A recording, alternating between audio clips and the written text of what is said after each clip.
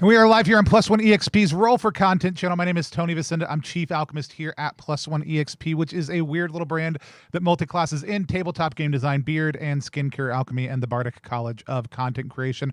Our hope and desire here on Plus One EXP is to help amazing designers find great players who love their games, and amazing players find great designers whose games they can love. We do that in a lot of different ways, but the most fun way is sitting down with those designers to play those games, and tonight is no different. We are playing one of the series of Bastardized Classics that are available right now over on itch funding at ttrpg.link/bastardizedgame. It'll take you right over to that page. That link is also down in the description. We've got two of the creators here with us tonight, running and playing the game, and a couple of amazing folks who are joining us also too.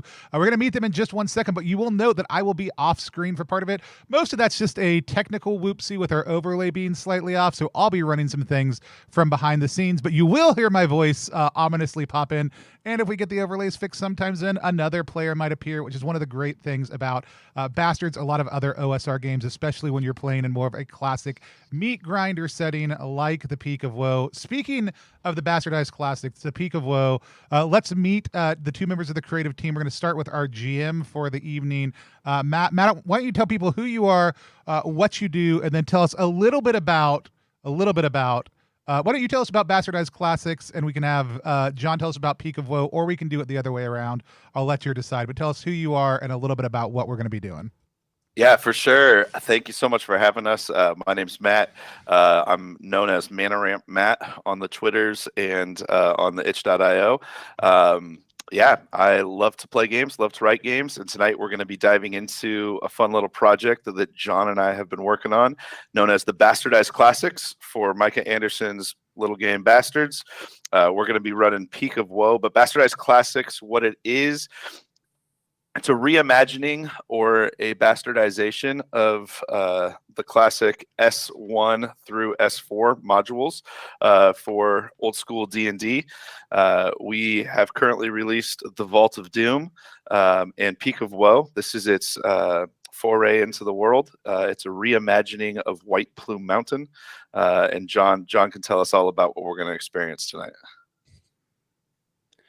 Yeah, hi, I'm John Davis. I'm the brains behind Civ Ad Sanctum. Yeah, Peak of Woe is like Matt said, a reimagining of White Plume Mountain. It's like just as deadly, just as gonzo, and I hope we have a lot of fun with it tonight. Awesome. Very cool. If people want to find you online, is there a good place to find you? Yeah, the best place is probably Twitter at civads_sanctum. And, you know, if you're interested in my games, you can find me on itch at civadssanctum. Cool. I'm excited to have both of y'all here tonight to be here as you play. Maybe I'll jump in as a ghost halfway through, just be a disembodied voice in the dungeon for y'all that you can't see. There you go. So, but let's find out some of the folks we're playing with. Somebody who we've had on the stream plenty of times, but glad to have back with us again after a break. We've got Zoe. Zoe, go ahead and tell people who you are, what you do, and if you want to be found on the internet, where they can find you. Sure. Hello. My name is Zoe. I used to be a part of, and still kind of am, although we're on a long hiatus, a group called Dice Drinks and Drama. We're a streaming crew online. You can find me on Twitter underneath at ZEK Stewart. And yeah, I'm currently just taking some time off from a lot of the RPG stuff and trying to get back into it. I've been creating at home by myself alone, which is what most people who do this do. But now I'm maybe doing that in public again. That'll be fun. Awesome. Glad to have you back with us tonight. And then we've got Mark with us also too. Mark, go ahead and tell people who you are, what you do, where they can find you online.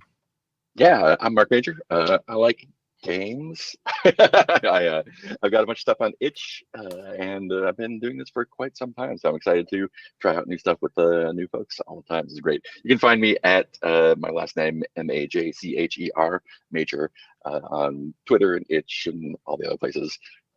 Yeah, that's pretty much it for me. Yeah, love it. Also, I love one of my favorite things about Mark is also it's never a question of does Mark want to play a game. It's a question of is Mark free because they're not playing another game. So I'm really glad you could join us too. This is my third game today, so I'm here for you. It's only my second. I'm slacking off. It's only my second today. But we always use a couple different tools whenever we're playing on stream because we play with a lot of different groups and we play a lot of different games. We want everybody to feel safe and comfortable in the play space. The tools that we typically use, unless the system or the GM prefers otherwise, are lines, veils, the X card, and something called the open door policy. Lines are things that may happen in the world of our game, but they certainly don't happen in the course of our play of it. They are off limits. The channel has a strong line against sexual violence and sexual coercion. We also have veils, which are things that might happen in the course of play, but we handle them in a specific way. We mention them and then move on, fade to black, fast forward, or we may only approach them within a certain context. And then the other thing is the X card, which is the ability to pause the game at any point in time by saying or typing X. We'll pause, identify what the issue is. People can explain themselves, but they certainly don't have to. They can just say, I don't like that, at which point we'll remove whatever the issue is, add something else back in, and move forward in a different direction. We may update our lines and veils as we go because those are living conversations. And then we also have the open door policy, which means we're real people who may talk, need to move off screen, walk around, take a break during the course of play. And if we need to do that, we will. And you should expect it because we're normal human beings who want to take care of ourselves, and we want you to take care of yourself also too. But with that said, does anybody have any additional lines or veils that they want to add to the other ones we've already established? Okay. Cool. Yeah. Mm-hmm. Just remember, those are living documents, and so we can always update them as we go if we need to. But with that said, I'm going to fade into the background, possibly to reappear in the future, but possibly not until the very end. And I'm going to hand things over to Matt to take us to the Peak of Woe. All right. Well, welcome to the wonderful landscape of the Rubicon Highlands. We find ourselves in the small town of Delapore, a castle village nestled into the shadow of a very large and ominous peak, a volcano, as it were. This town is full of many who claim to be the descendants of a noble class known as the Delapore, but they have long abandoned the area, and no one really knows why. But we find ourselves on the backside of a stable, rain in the air, thunder ominously roaring off. And that is where we find three bastards hanging out, doing something. So tell us who you are and a little bit about you, and then we'll dive into some narrative. John, why don't you go first? I'm playing Monty Nine Fingers, the thief.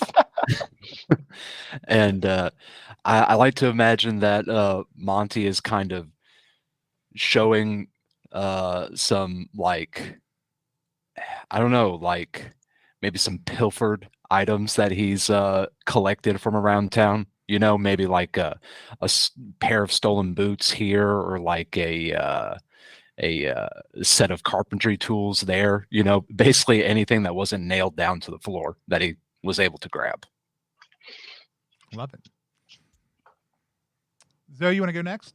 Yeah, sure. I'm playing Benedict, who is a thief who failed as a career as an actor.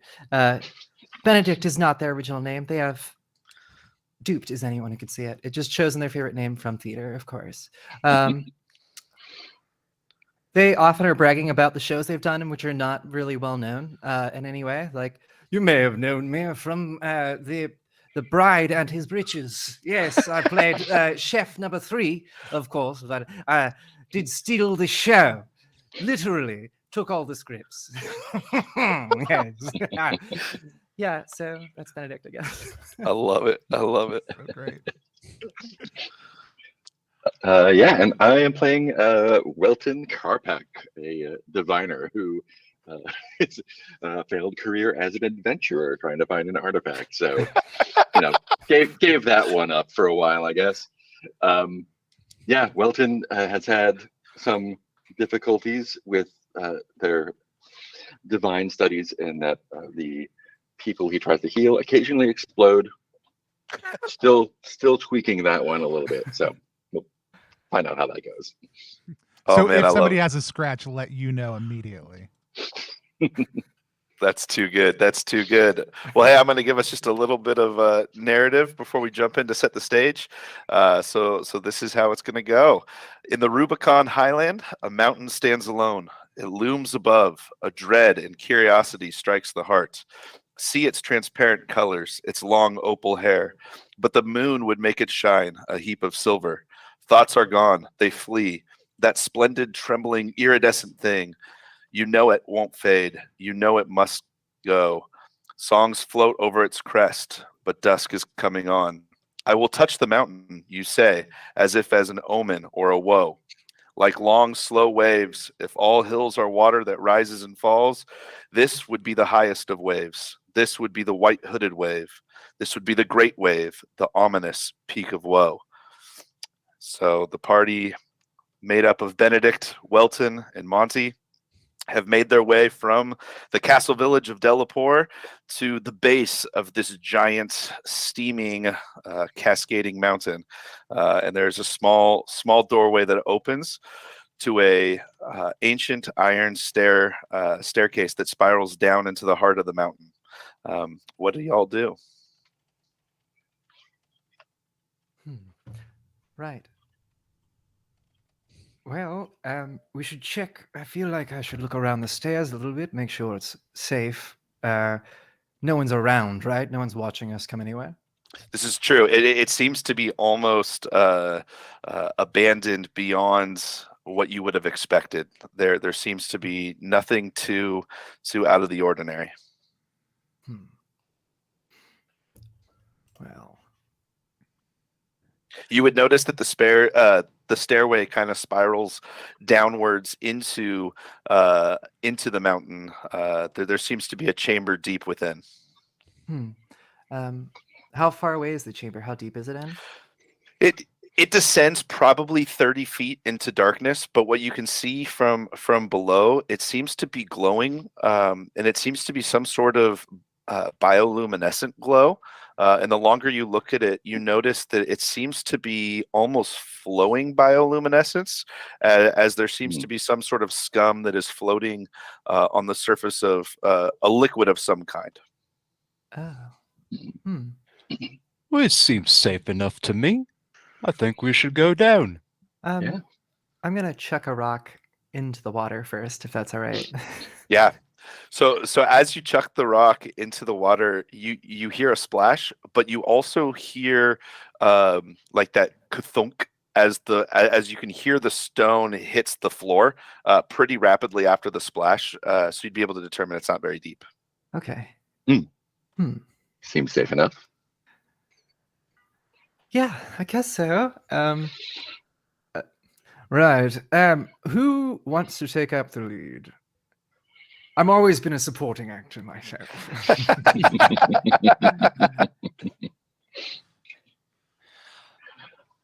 I suppose I'll go ahead. I don't see any harm in it.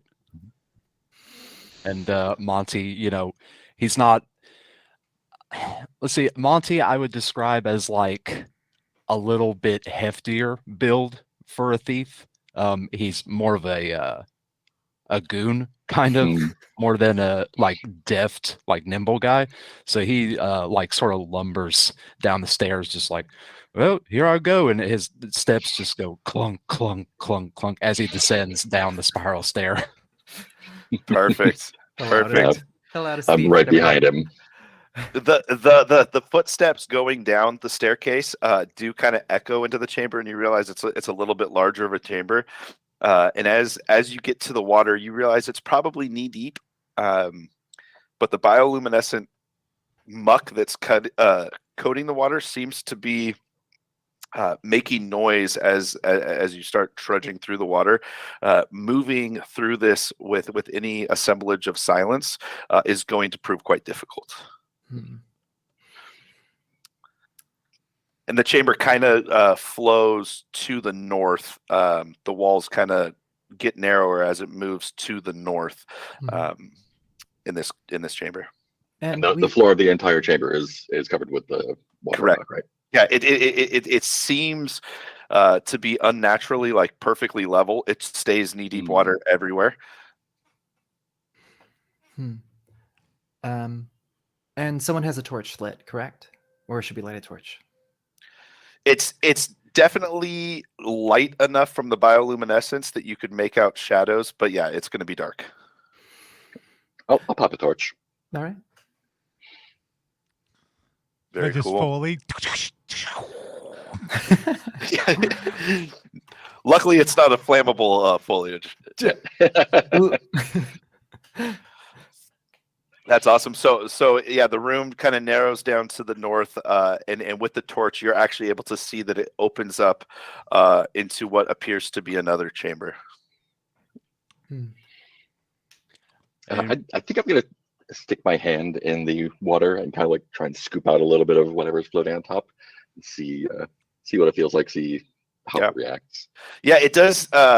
It does that kind of feel. If you were going to pick up some pond scum, how it's actually pretty attached, and so maybe your first it slides out of your hand. You're like, oh crap! And but after some fiddling around, you're able to get it, and it glows. It seems to actually have some level of resistance to the wetness. It's mildly dry, and it glows a little bit. Handy. If we put it on the wall, does it like leave a trail? No, it's as it loses its wetness, it keeps its slidiness. That's the right word. So if you stick it on the wall, it's just going to kind of slide back down into the water. Gotcha. Cool. There seems to be a moisture on all the walls. All right. Shall we continue forward? Yeah, let's do it.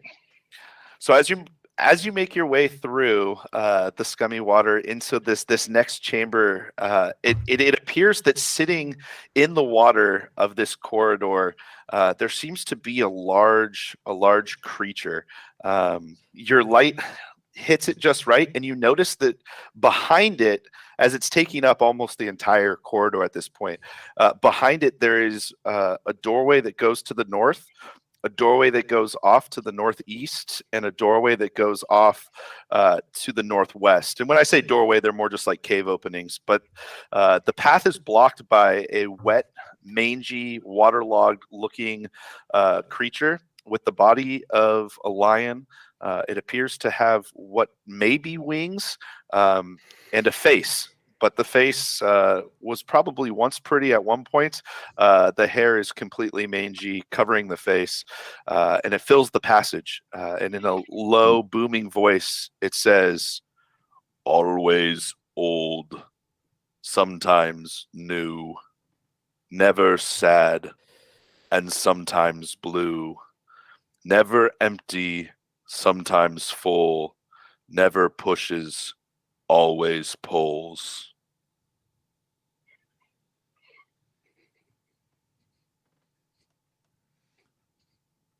Pushes, pulls. Oh no. Well, I'm stumped. Oh, well, Right. Usually I just read the words written down, not write them myself. What about you? You seem to be learned. Hmm. Yes, it doesn't ring any bells. I feel like I should know this one. Yeah, it sounds so familiar. Yeah, it feels so Probably familiar. not. Probably not. Oh wait, something new, right? It's always new. Is that what it was? No, always After- old. Right? Always old, Always old, sometimes new. Okay. Always. Never pushes, always pulls? Never pushes, always pulls. Okay. Never empty, sometimes full, never sad, and sometimes blue. Never pushes, he pulls. Sometimes blue. And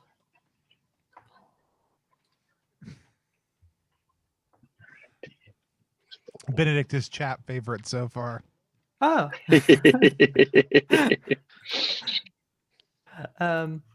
Pulls. God, I'm so bad at Full. Benedict's. I mean The- Benedict's riddles. Is it the moon? Is it blue? Yeah, blue moon. Blue Pulls, moon. gravity. Always old. Sometimes a new Maybe moon. full. Yes, it's the moon. It's Sometimes the moon. new. Is it the moon? It's the moon. As this Sphinx hears you say, "Is it the moon? Is it the moon?" and you say the moon, the Sphinx just poofs in a puff of smoke and disappears. Okay. And the water kind of like rushes towards you in the form of a mini 6-inch high tsunami, splashes against you. You feel the magical essence leave the room, and now there are 3 corridors ready for you. I think my mouth is full of sphinx. And those were northeast and northwest. Did you say? Yes, north, northeast, and northwest. Northeast, northwest. Okay. That makes sense. Yeah. Cool. Thieves. Any sense of which there's way no- it might be least dangerous? Is there a listen at door skill?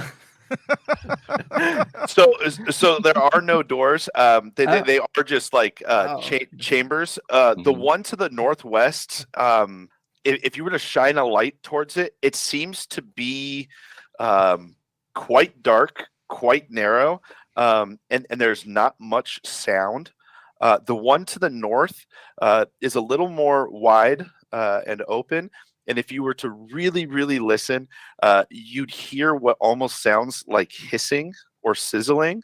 To the northeast, it's not that hard of a trek. It would be probably the same width as the one to the north, but you're not hearing much from that direction as well. Everything Well, else is equal. I prefer to go just to the right, and we'll take them in order. What do y'all think? You're the one who solved the puzzle, smart man. Oh. Lead away. Oh no, I've become the smart one. Ah, yeah. All right, let's go. Take the torch and walk toward the northeast tunnel. Or through Awesome. the northeast tunnel. Awesome. So as you guys make your way down through the caverns, as you're shining your light, you notice off in the distance as you come into a smaller opening, you notice that the ground almost about 5 to 10 feet in front of you has an iridescent shine to it. It appears almost like an oil slick. But then as like the light flickers off of it, you notice it's got kind of a green shine to it, like antifreeze almost. And you could notice out of the corner of your eye, you thought you saw it move at the sight of light. But upon flashing it back around, it just looks like an iridescent puddle of some kind. I feel like I should see if it's flammable. It's oil slick or something. So as you make your way to it, you hear from and as you're putting your torch down towards it, you kind of hear from the back of it that's now in the dark. It feels like it sloshes a little bit. You touch your light to it. It does not initially lash out or catch on fire, but as you put the torch like right by it, it just eviscerates itself as it doesn't even burn off. It just like the light itself banished it of some kind. That's handy. Hmm. Well, this seems promising.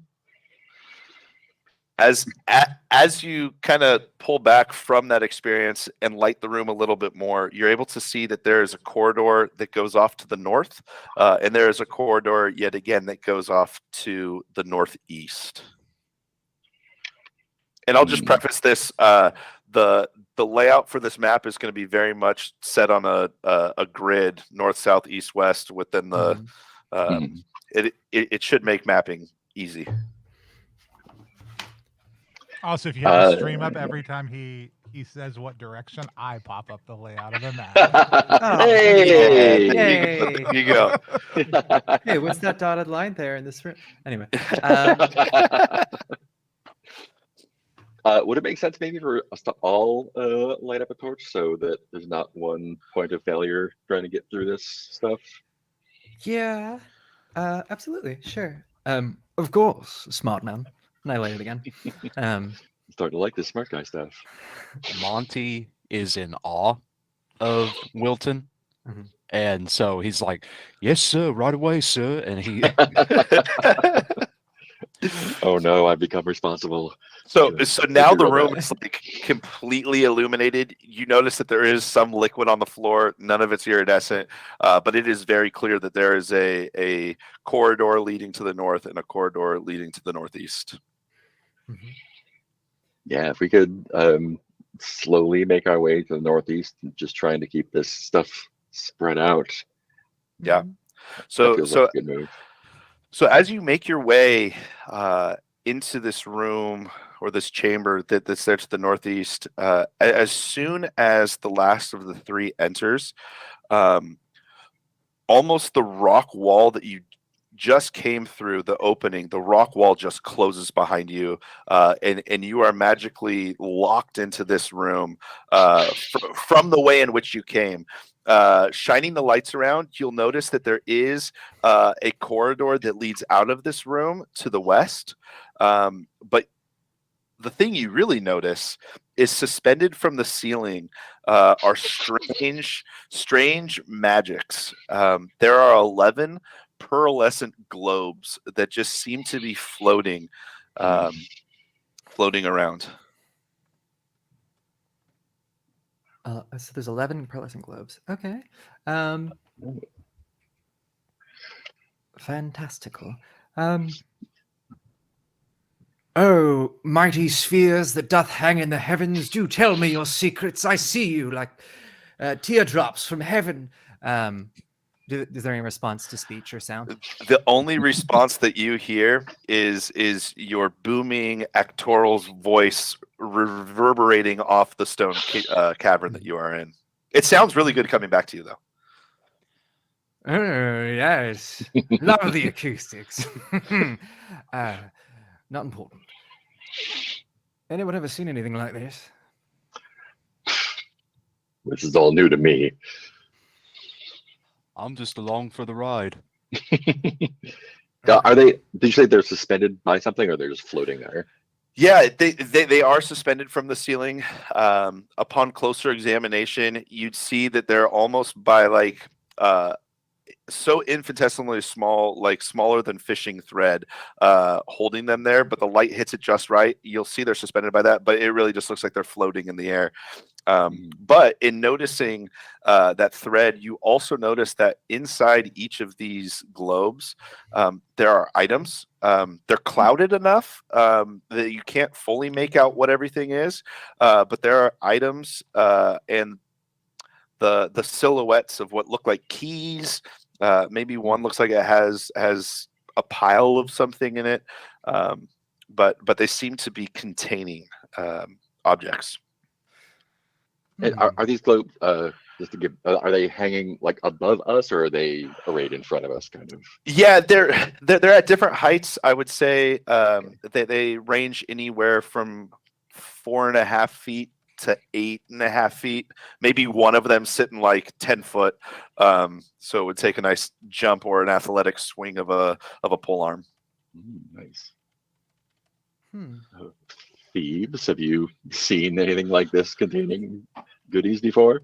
I've heard of these. They're called gachapons. Well, you get them from a machine normally. Big machine.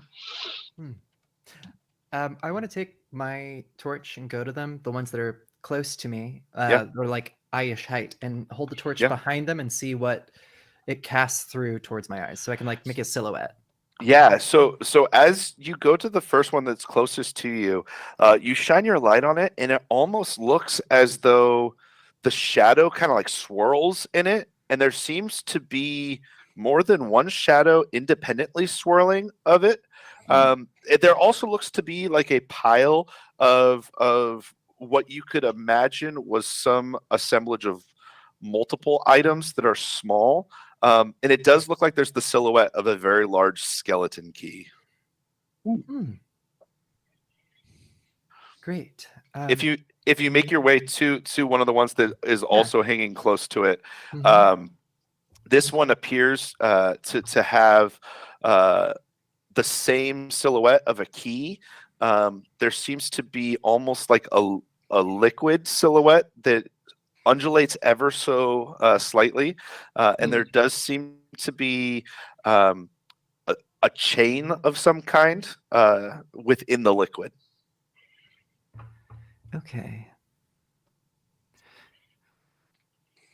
Right. What does worry me? So I found a few items about. These seem to all contain some sort of item, but another thing swirling about them. And they're not emitting any light, correct? Themselves? No. And as you kind of look, each one has a different set of silhouettes in it, but there are some similarities between. There seems to be items and keys in all of them. Yeah. And when we move the light away from them and then back towards them, do they react to the light at all? Definitely the first one you looked at does. Sort of Yeah. jiggle. Yeah, but not all of them react in such a way. Wonderful. Okay. Huh. Can we tell what they're made of? Yeah. Question? Yeah, upon further investigation, it would appear they're almost like stage glass, like sugar glass. Oh, familiar. Yeah, Lick them. just very cloudy. I mean, I was told, the director's voice speaks to me. I will say that this whole complex was once Yeah. the home of a wizard, so maybe that was Okay. his spirit telling you to lick them. Who knows? Wizards. Yeah. You can't trust a wizard. Everyone knows that. But I also have a ranged weapon if we want to open one from a distance, maybe, depending on how tough they are. yeah, one reacted to light, so that means they're all different, right? They're all reacting slightly differently.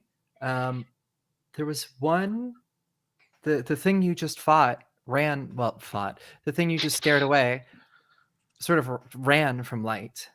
So this is the direction it ran, correct? This is what direction it was coming from? I think, was it? I think so. Yeah, Or did it was in the general vicinity of this chamber. Okay.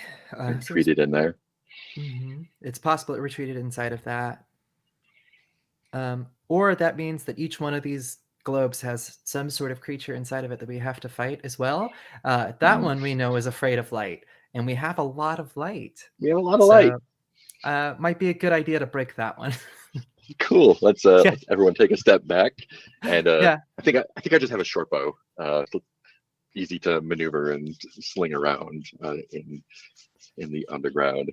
And we'll just get back a respectful distance and Love it. So as this arrow looses from your bow, hits the sugar glass shatters, and from within, a oozy liquid plops to the ground, falling about 5 feet, splats a little bit, and then kind of recongeals to itself.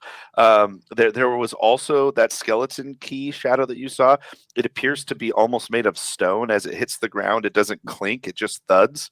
And there are 3 pieces of ornate jewelry. If you were able to like zoom in, seeing it slow motion fall, glass jewelry as it falls to the ground, it shatters as shards of glass go everywhere.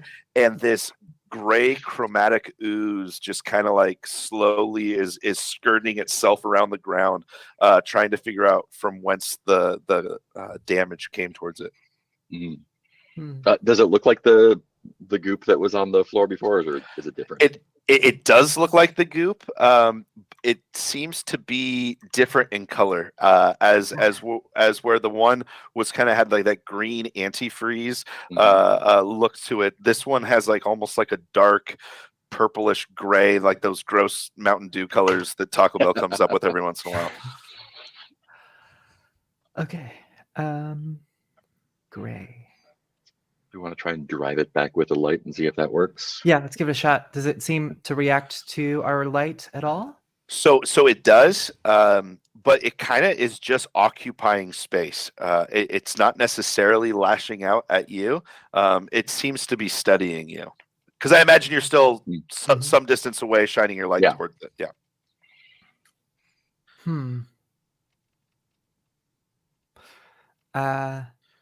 Wonderful. I guess. So it was trapped inside of there. The key was not inside of the ooze. It was just. Yeah, it was occupying the same space within the orb.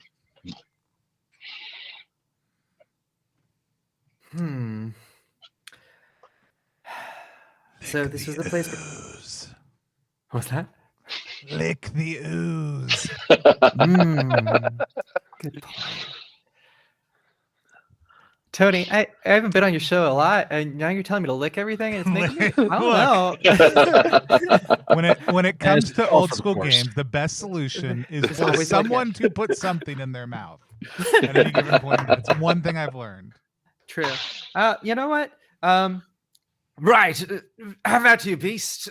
Away with you. And I swing my torch at it to try to get it to move back.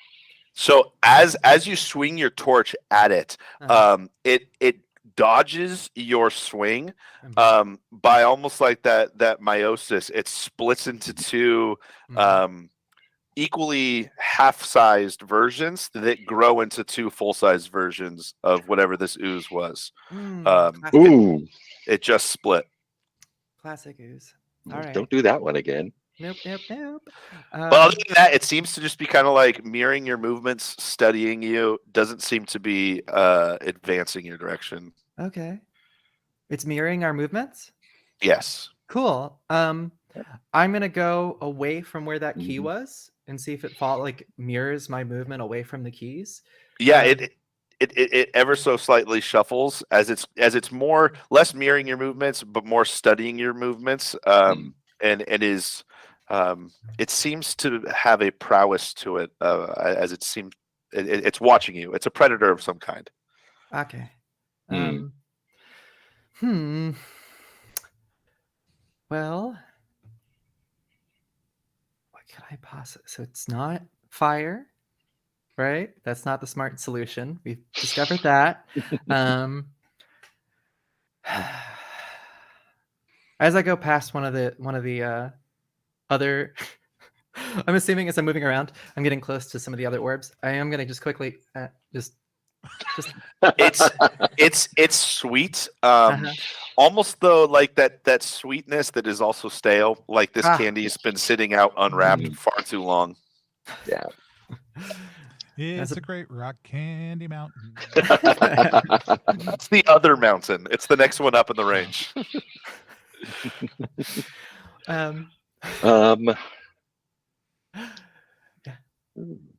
Who's oh god, I feel like I should know what a gray ooze does, having played a lot.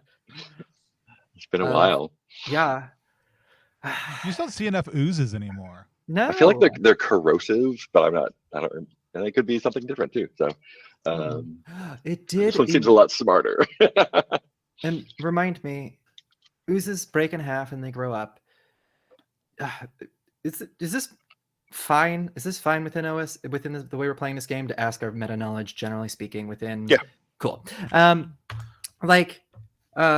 Oozes, they split due to damage, but is there like I can't remember if there's like a specific damages that stops them from splitting, or you just keep splitting them until they run out of energy and they fall apart. I can't remember which. Yeah, so this one is going to keep splitting, but it definitely is taking. It is being hit. Okay. Cool. Well, maybe if we break another orb, there's something inside there that'll fight it. Yeah, that's what I was also thinking. Like, what if we just break all the orbs and run away? Like, go like, not that tunnel. We'll come back after they sort themselves out. Like, ooh, yeah. What if we back up? So that one reacted to light. Some of the other ones may not move. Didn't react to light. Some of the other orbs didn't react to movement and stuff, right? What if we like lead him away and then break another one and have it fall on top of him and see what happens? I love that idea. Immediate damage, right? Cool. Let's give that a shot. Yeah. So as you do this plan, it as it mirrors you, you're under an orb. It is now under an orb that is hanging. It's one that's probably sitting around 9 feet. Because I assume you're getting one that's going to have the the furthest fall. And so yes, it is kind of just sitting underneath this thing, not jumping out at you, but also very clearly still watching you. All right, I will take the shot. All right. As you shoot this one, it shatters, and you notice that there is another key that falls. But there are also 6 large, like ranging from softball to youth soccer ball size. So I don't know, maybe that size. Gemstones. These things are sapphires, rubies. One's actually a giant pearl. They fall down and they hit this thing and it very clearly absorbs the like it they squash it. It separates, but what it separates into is a little bit smaller. And you notice that the other one that was off in the corner that hadn't followed, it also shrunk to the same size as these 3, and now they're all about 1/3 of its original size. Perfect. Great plan. Let's keep doing it. Just try it again. Yeah. So as you do that, again, getting it situated. Is it just the one of you following and doing that, or are you situating all of them under orbs and going to simultaneously? Oh, if we can get them all, that would be great. Yeah, that'd be great. Yeah, it would take a little bit more turn, time, and you notice that the first flame of your torch is beginning to flicker a little dimmer, but you are able to do this. Same plan goes. One of them shatters and drops, and what falls out of it is another key in about an 8-inch long, just metal cylinder that's probably 2 inches in diameter. It falls on it. Doesn't deal a whole lot of damage. It separates, but it's smaller. One of the other ones, there's a key, and then it looks like a 11-inch long piece of wood that kind of like stabs into this thing as it splits. And there's another one that there's a key and a ring. It falls, really deals no damage, but now you have 5 of these things, all about 1/8 of the original size. They're all over the place. They're becoming aware. Don't get under these orbs. We've learned, and they seem to all be making their way now on the ground. All 5 of these small little ooze puddles. They're making their way towards y'all. Okay. It seems like whacking them will do the trick. So Yeah, we could probably seems just like smack them. I was going to say, are these things stomping size? Yeah, at this point, they are very much stomping size. Here I go stomping again. And Get 'em. I'm just gonna stomp on all these things. Yeah, so at this point they've taken enough from the fall that you are able to stomp the snot out of them. My good friend Monty Nine Fingers, you take 1 damage as one of them kind of like bit back at you. Ooch. Oh Welton, no, 8 fingers now. Welton also takes 1 damage, and Benedict is able to skirt away with no damage. Nice, and you have squashed them.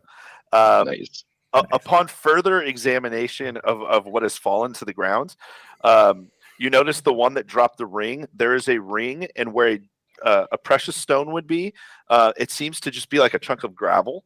The other one, what appeared to be that 11-inch piece of wood, is actually a wand.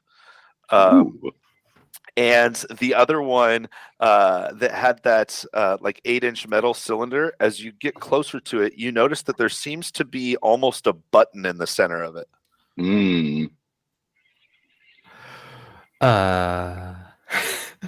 So dangerous. I'm gonna gather up as much of the jewelry and gold and money as I possibly can.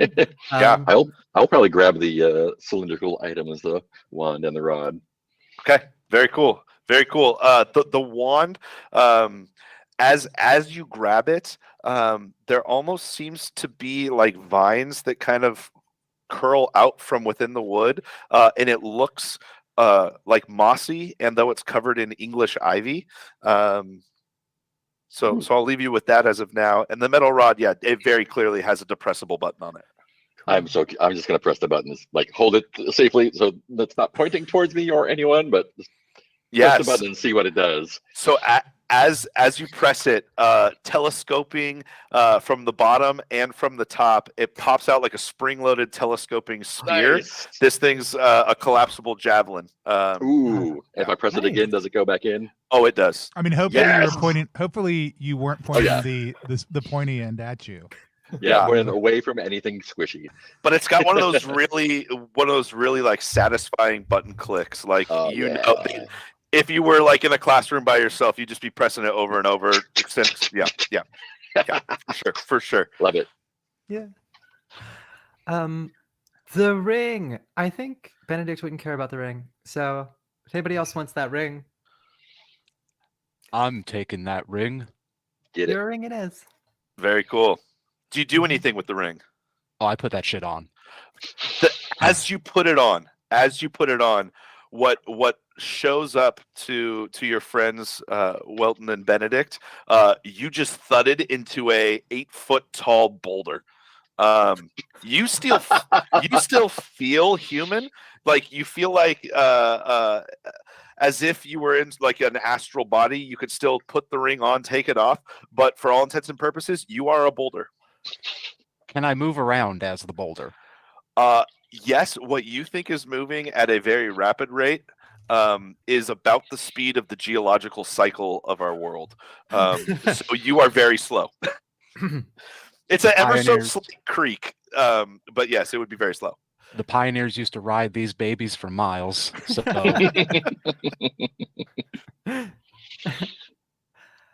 awesome. Yeah, I'll take the ring back off. Cool. And poof, you're yourself again.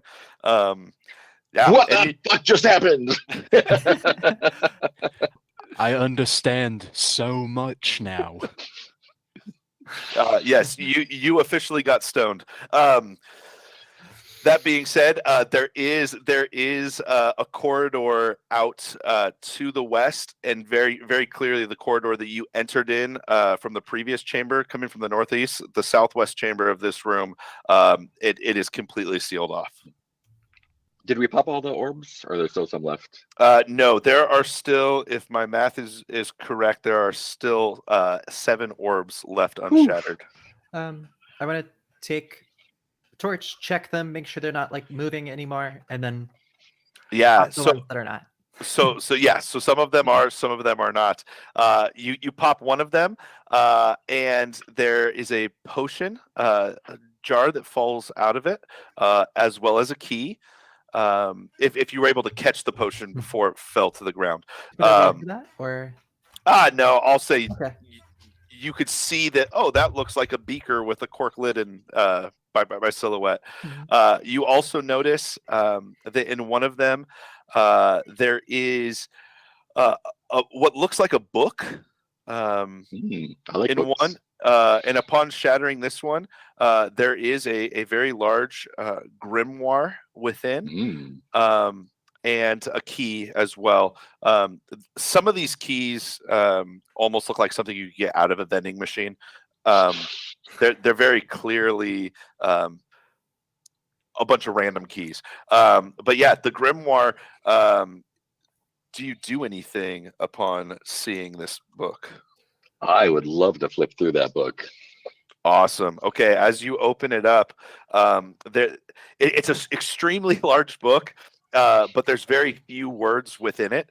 Can you give me Ooh, two? pictures. Can you give me two D20 rolls real quick? Yeah, sure can.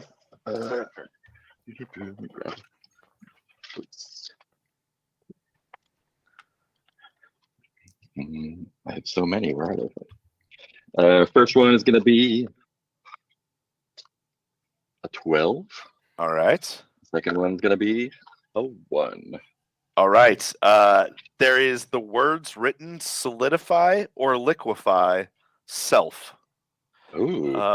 And upon reading these, you being a diviner, you would know that these are spells, and you now feel endued with the power to either solidify or liquefy yourself. And upon flipping to another page, I would love to get 3 D20 rolls, as we're going to be using one of the incantations that comes from Thriftomancer's Little Bastard supplement. Nice. Let's change things up a little bit. So Excellent. yeah. We've got a 4. Okay. We've got a 7. And we've got an 8. 4, 7, 8. All right, here we go. 4, 7. You are fearless. Give me 3 more D20s as I remember fully how to do this. But your first word is fearless. 1 and 20 and 16. Okay. Your second word is going to be. Let me just flip to this page. We got fearless, flip. And then 20 and 8, you said? 18. Okay, 18. Did I say 8? Yeah. Yeah, that word is rest, but not as in the sleep, but as in if you were going to wrestle R-E-S-T. someone. Yep. The fearless flip rest. And I'll let you tell me what that does. All right. And Yeah. that seems to be all this book contains. Awesome. I know so much. Yeah. Other than that, the others seem to have some sort of reaction or movement to the light. Okay. In total, how much like treasure? Because I think you said some of it was like gems and stuff. Yeah. It's the equivalent of, let's just do some fun calculation here. You're looking at about 180 gold pieces worth of loot thus far. Altogether. Yeah. Awesome. Maybe 1 or 2 of the gemstones would be considered priceless. You'd have to get it appraised by a gem dealer. Nice. Awesome. Or hold on to it for the next time you go to the Vault of Doom. Rumor has it liches don't like gemstones. Great. And the keys. How many keys do we have that seem like real keys? Any of them? Well, they all seem like they're really keys. Okay. You haven't seen a door or a keyhole yet, but they are all keys. And you have a total of 7 of them. Ooh. 7 keys. One is very clearly like plastic. One is very clearly stone. And the others are varying soft and hard metals. One's even made of wood. Cool. Awesome. If Okay. we find a lock that we can't open, we know where to come back to. And the way back is gone, correct? Correct. All right. We can go west, looks like. Yep. You feel satisfied with this room? Yeah. Forward, my fellows. Okay. I'll lead the way, and I put the rock ring on and slowly inch forward. Let's have you. Maybe without the ring. Save that for an Uh, emergency, maybe. All right. So as you enter into this chamber, your lights shine. What appears as you come into the clearing, blocking your way, almost in a half arc surrounding you, 5 concrete golems stand as a wall, blocking the way forward. Each of them has a single number, very eloquently, almost like that varsity letter font. They have a number on their chest. One has a 5, one has a 7, one has a 9, one has an 11, and the other has a 13. And in unison, with this booming voice, they say, "One of us is not like the others." They all declare, "Choose the odd one out, and they will serve you. Otherwise, we will kill you." What was it again? And at 9 that, is the only one that's not prime, so that would be my guess. Yep. It was. What was it again? Number 5, 5, 7, 7, 9, 11, and 13. Yep. That's the one. Yeah. That's Number the- 9, please. Upon Welton saying this, with the exuberance of solving the moon riddle as well, the 4 of them, the 5, the 7, the 11, and the 13, kind of walk to the 4 corners of this room and stand at guard. And the one that had the number 9 on its chest lifts its head and says, "I am forever your servants. I will Oh my go gosh. with you." Such responsibility. And you now have a concrete golem friend. Nice. Are there any other exits out of this room? Yes. So there's one to the south, Mhm. and there is one to the northeast. Oh, it seems like northeast is the way, right? Yeah, we've been going northeast pretty much almost every Yeah. time. Easy to follow back. Yeah. As you start making your way to the northeast, you hear these big concrete steps behind you as your stone golem friend is Just with follow you. behind us. Yep. Yeah. You find yourself at a short flight of stairs that seems to terminate at a turnstile. It's made of iron, ornate brass intricacies all throughout it, but it only seems to turn in one direction, and it's the direction further within. Golem buddy, can you just pull that out of the wall? Is that something that you can do? Yeah, I'm gonna let you roll for this golem. Can you just give me a d20 roll real quick? Yeah.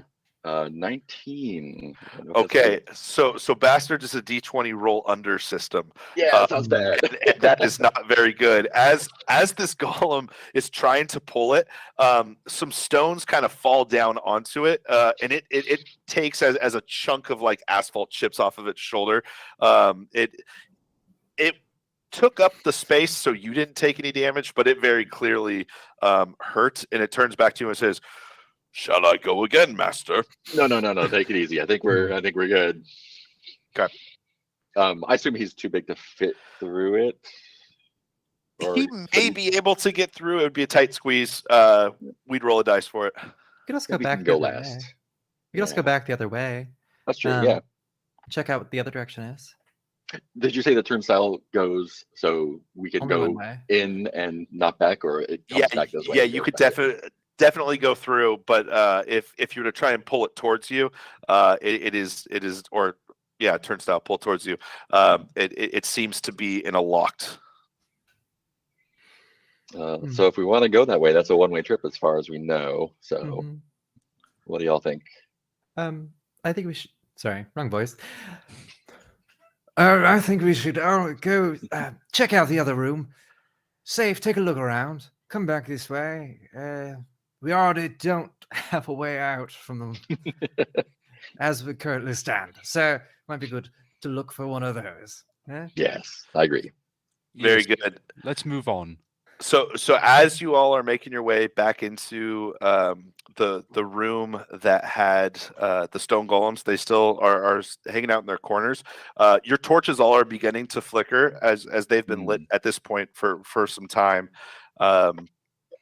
the first torch that was lit has gone out at this point. Yeah. And can I have one of y'all roll a d6 for me? Rolling. 2. Okay. As you make your way into this room, you hear some noise, and as the lights kind of illuminate fully, there are what appear to be larger, more mature goblins. There are 2 of them, and they seem to be tinkering around. Upon seeing you, they kind of look at each other and they say, "Oi, I think that's dinner." And these 2 bugbears raise their swords or clubs and make their way towards you aggressively. They're about 20 feet off, so you can get stanced however you'd like. But we are in combat. Great. Wonderful. Gurney Guitarist is very concerned about the term mature goblins and wants to know what kind of stream this is. Oh god. Oh yes, yes, that's actually my dungeon master. So yes, a mature goblin. They're not just a little 3-foot goblin. These guys are 5 to 6 feet tall and bulky. Goblins, not goblins. Yes. I would just like to say, hey, Rocky, smash those guys, will you? So I'm interested in this. If you're like within attacking range, if you're in 5 feet, because you're in an 8-foot boulder, you become a boulder. Do they like get crushed into boulder? Let's find out. So as you guys are seeing this by the dimly lit torchlight, Monty Ninefingers charges back at them in response. And I imagine you jump and like put the ring on like right as you're within their vicinity. As you do, you're turned into this boulder, and it actually launches either of them out into the walls, smashing them against the wall. John, would you roll 2d6 for me? 2d6, you got it. All right. That's 2 1s. Awesome. They hit the wall very clearly, like, oh, what the one turns back and says, "Oi, wants a rock?" And the other one says, "It's probably healthy," and then like starts running towards the rock and goes to just like start jabbing at the rock, which breaks their spear. But they are still in combat. But they definitely took 2 damage. Nice. And for combat, I'll say because y'all were able to see this happening, it's going to be your turn, then their turn, and so I'll let you choose the order in which you want to go. There are 2 of them. We're going to call them Bugbear 1 and Bugbear 2. Interesting. Or Bob and or Bill and Ted. That's their name. Yeah. No. If we still have some distance on him, I'm gonna plunk one with my short bow. Awesome. Which one, Bill or Ted? Bill. Fuck Bill. Awesome. So if you can do a dex save for me, that's going to be a d20 at or under your dex. Hey, a 4. I did it. Okay, super cool. And then deal d6 damage to this guy. That is a 5. All right, very cool. Very cool. All right, who's up next? I have a normal weapon. Okay. So I guess a sword. Yeah, sure. Make it rapier. That works. Yeah, very cool. Yeah. There. Then I go at him. All right. The other one, I guess, Ted. All right. And that's going to be a strength save. So d20 add or under your strength. Cool. So that's 9. So it's under my strength. Okay, very cool. Deal d6 damage for me. D6 damage. Oh, cocked. 1. Okay. Sad. Okay. So you make this slice, and it kind of cuts their almost chest like Zorro, but it's not a Z that stands for Zorro. It was 1 slash. John, what does Monty 9 boulders do? Monty 9 boulders. takes off the ring, sort of just trying to get the element of surprise on them as they're sort of engaged with my fellows. Yeah. And I take out my improvised weapon, which I'm going to say is a bar of soap wrapped in a sock. Sick. I'm going to just sling that and just bash one over the head with it. All right. Yeah, you are definitely able to do that. That's going to deal 1 damage to either Bill or Ted. Now, I think it's actually a D6 with disadvantage. It is. Yeah. Right. I missed. All right. So you swing the bar of soap. It turns as the rapier catches it, and that's going to take us to Bill's turn. Bill is going to make a stab at Monty, and is going to. They rolled a natural 20, which is a bad thing. They're going to miss you. And the other one is going to make their club attack at Benedict. Benedict, do you have any armor? No. Okay. So they make their swing with their club, and they are going to hit you for 1 damage. Okay. And that will then take us back to the top of order, where we have Welton. And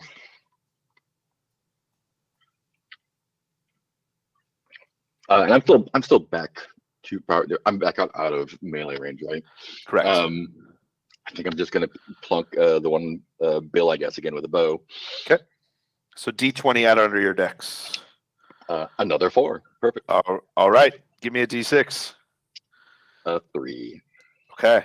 Very good. This arrow comes, pierces this one in the shoulder. They are unhappy by that response of an arrow hitting them. What does Benedict do in this moment? Great. Quick question. Yes. Would noticing things about the room take up a turn, or is that No. Okay. We'll say you were already in this room for an assemblage of time, and now you're back in there. So yeah, no, you're good. Okay, great. Was there anything special about the room? Because you said they were working on something, right? Yeah, they were kind of just skittering around trying to figure out if there was any food in here. They probably were on your tail. They could smell you as you've been in here for some time. Great. This is the room with the golems in the corner. Correct. Yeah. I'll wipe the tiny bit of blood from my face and say, "A blow for a blow, then," and just go at him again. All right, good. Where's my? Sorry, I lost my D20. Oh, you're good. Oop, that's a hit. That's a 2. Very cool. Yep. D6. That's 4. 4. Okay. Very nice. That rapier hits hard and hits its mark. As it kind of steps back, makes a squeal, looks at its compatriots, and the reaction roll, they attack. But before it's their turn, yes. It's a medium weapon. Does that mean I attack twice per round? Oh, I thought you said normal. My bad. Yes. Sorry, I rolled a D6 and got. Yes. You get +1 attack per round. So cool. Wheel that rapier around for a second strike. That's a 10. It's below my strength. Is that okay? Yep, that's great. Great. And then it's a 5. Okay. Describe how this rapier dispatches this bugbear. Great. I'm trying desperately to do a B, but I miss. It flings up too high, and I just skewer him right through his eye. It was going for the top of the B, and it just gets stuck in there just a little bit. And he sort of hangs off the end of it and slides back off the floor. Bill, seeing this is like, "Oi, Ted!" And takes a step back, but before its turn is there, Monty is up. Yeah, Monty standing there, seeing that his sop had done no good, and seeing that Benedict has dispatched one of them, looks over to the one that Wilton is firing at, and says, with a tear rolling down his cheek, "I know what I must do." He runs over to the bugbear, wraps his arms and legs around the bugbear, and puts the boulder ring on. So as this happens, what everyone else sees is just this stone appear where a bugbear and Monty once stood. What you see in your almost like astral version of yourself, you see this bugbear just get like crunched, like one of those hydraulic presses on some big chunk of metal as it just crushes this thing into like an atom-sized existence of what it once was. As you take the ring off, there is no bugbear, and you are free to do whatever you'd like to in this room. And in my palm is a single bugbear pearl. Yes. Yeah, that's actually canon now. If you want, you can replace the gravel gemstone of your ring with this bugbear pearl. It looks like a bugbear shrunken into a ball. If you put it in that ring, who knows? Maybe you'll turn into a bugbear. We haven't gotten that far. I mean, considering what just happened, I don't know that that's an upgrade so much as an option. Yeah. Holy shit.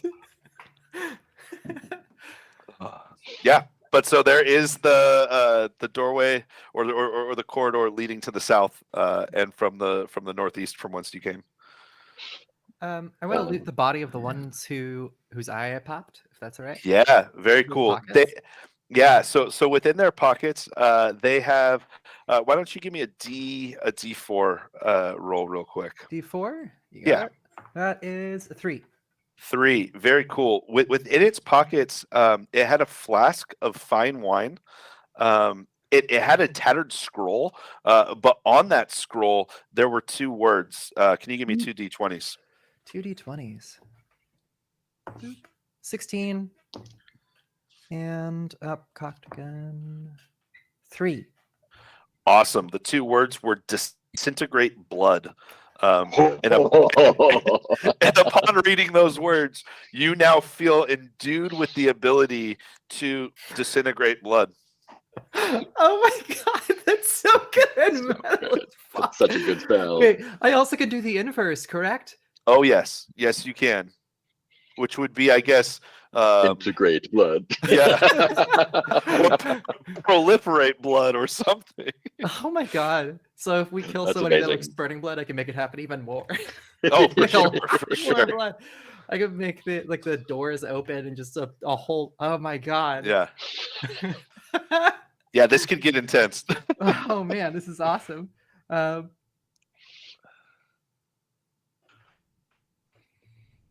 So we used a random generator for our characters to start with, and I started with a spell, and I can't wait to use it at some point. But it is protection from wine. Which as an could actor? come in handy here. Yeah. Pretty good. Also, that means I can cast, I think, like susceptibility to wine as well. Oh yeah, which is- yeah. You can induce drunkenness. That's Nice. pretty fun. Cool. Well, shall we proceed? Yes. So upon proceeding to the south door, you enter into the room that you had once disposed of that green chromatic ooze that was on the floor. It seems to be just an empty room at this point, and you do see that there once used to be up in the corner what looked like a corridor. It seems to on the far side how it was a straight wall. Here it's very clearly there was a cave in. But there is an exit from this corridor if you were to continue heading south in the southwest corner. And that'll take us back to the room with the sphinx. Where the sphinx Correct. was. Correct. Awesome. I kind of feel like going back to that turnstile. I'm really curious now. Mhm. Makes sense. There's a way out now, so I've got to liquefy eliminate self. I could go scout and see if there's anything interesting there, and then squish myself back through. Or we could just go through if you all feel like going that way. you still have your gargoyle friend, right? Oh yeah, he's right behind us. Quiet little bugger. He's dainty. As you guys are standing in this room, kind of deciding where you're going to be going, the 2 other torches that were simultaneously lit, they flicker out, and it goes into almost tangible darkness. All right. I light mine, if you don't mind. And as you do, you can see again. Wonderful. Yeah. So basically, the amount of time we have in this dungeon before we have to go back up is restricted by our number of torches. Mhm. We're now down 3, which means each of Mhm. us has 2. If you split off on your own, you also light one. We'll have to Right. it's not, yeah. So we should probably all move together if we're gonna move. Yeah. So should it be? I can't remember. There's nothing else out of this room except for the way back from whence we came. Correct. Mhm. The 2 directions that we went. So I guess the turnstile seems like the best way to go, and just Best bang for wing our it. buck. So as you guys, as y'all make your way through the turnstile, Stony Golem is able to force their way through. Maybe chipped off a chunk of concrete on its shoulder yet again, but is able to get through. Mhm. And you make your way into a very large cavern. And you find yourself out on a platform, and across the platform and below the platform, you notice there's a large lake of boiling mud, and across that is a similar stone platform. And what you also notice is suspended from the ceiling by chains, there are 9 wooden daises that seem to just be kind of like swinging ever so slowly, all at different patterns above this boiling mud. Every once in a while, you notice that there is a geyser that spurts boiling mud up into the air. As the mud splatters, a jet of steam goes off as you kind of sit and watch. There seems to be no rhyme or reason as to why or how, or intervals of time mean nothing to this mud geyser. Oh boy. Right. So your golem friend could try ripping that door off again, and we can go back the other way. If you don't have to do that, I think that's not a horrible idea. Ooh. Oh, yeah. Monty, what do you think? Monty almost gets like this steel in his eyes, and he says, I think we should go for it. I think I'm keen to try out my fearless flip. do some acrobatics across there. Yeah. But only if everyone's down for it. Yeah. So all I would need for that is a wisdom test, which would be a D20 at or under your wisdom. Excellent. The one thing I'm good at. A 15, which makes it. Okay, very nice. So also, because this came from this wonderful incantation, this little supplement, give me 2 D6s in addition to that successful 15. Let's see. 5 and a 6. All right, so a total of 7. Wait, 5 and a 6. Yeah, 11. Oh, very, very good. So as you do this, your body kind of tingles. As you make the flip, you are successfully able to span the gap in this acrobatic act of brilliance. Fearless. As you land, you get like just this gnarly head rush. I mean, it's like you went from 0 to 100. You feel tipsy. You're like all over the place. But then after a moment, you come to, and you just hear repeated in your head 2 words. Give me 2 D20s. 13 and a 12. All right. You have learned protection from corpse. Which I guess you can inverse to be susceptibility to corpses. Who knows? But magic begets magic, Nice. and you learned a new spell, and you are on the other side. And you Guys, notice that was easy and awesome. Let's go. Come on. and there's very clearly a chamber and a corridor that leads deeper to the south. All right. Right. Well, I never like to be upstaged. This is a wild idea. No, it'd still be hot. There's definitely steam underneath it, right? So there's something causing the heat. Definitely. Yeah, nothing I can do. Here we go. I'm just gonna fucking go for it. And jump to the first dais if I can. All right. Yeah. You are able to time it, and you are successfully able to land on the dais. Whew. All right. You said there's 8 of them? There are 9 of them. 9 of them. Well, there's 8 now. Oh my god. I'm gonna go for the next one, I guess. All right. You make the jump. You are successfully able to get there. You've kind of realized the undulation of them, and you are able to do jumps. But as you jump to the second one of the geysers bursts, and it slings boiling hot mud in your direction as you accrue 6 damage from this scalding mud. Oh my. Terrible. Okay. Great. Seems so bad. There has to be another idea. There has to be another way to do this. Is Monty just hanging out on the other side right now? I have a plan. Monty will jump onto the first dais and begin swinging back and forth. Okay. It takes a second to like counteract the side to side, but you're now able to get it, and you're almost in this like swinging back and forth. But after a turn or two, you get it, and it's going back and forth, and it hits the one that Benedict is on. Jostling Benedict a little bit, but Benedict is still in the clear, but yours is now off kilter as well, and it is heading back and forth side to side kind of all at once. I lock eyes with Benedict, and I yell out, I'm gonna go thing mode. I'm gonna go rock mode in midair.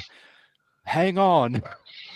And basically telling Benedict when I turn rock mode, when I go boulder mode, grab on. Yeah. All right. I'll give it a shot. You know what they call this move? The rock me on a dais. We got jokes. Ooh, boy. All right. So yeah, basically I want to time it to that. I get to the extent of its swing and just launch myself off and put the boulder ring on. I have not changed to the bugbear pearl yet. So yes. Okay, good. So as you time this just right, like any school kid on a swing getting ready to jump as far as they can in the bark chips, you swing, and it just happens right at the same time Benedict is there, and you turn into a stone, projecting yourself at full velocity. Can I get a dex save from Benedict? Okay. At or under your dexterity. All right. Let's see. No. So you attempt to like wrap your arms around the stone, but like the concussive velocity launches you forward, kind of like the bugbears, but it's all in trajectory. You will take another 4 damage from concussive fallback, but you're able to roll out of the way just as this boulder lands right where you were as well. But the 3 of you are across. Whew. I was gonna say if you wanna like negate that damage, you can don't forget luck. That's yes. You can spend luck to negate those things. So I don't know what your starting luck is currently. Okay, 9. So yeah, you could spend luck. Yeah, cool. I'll spend luck that time.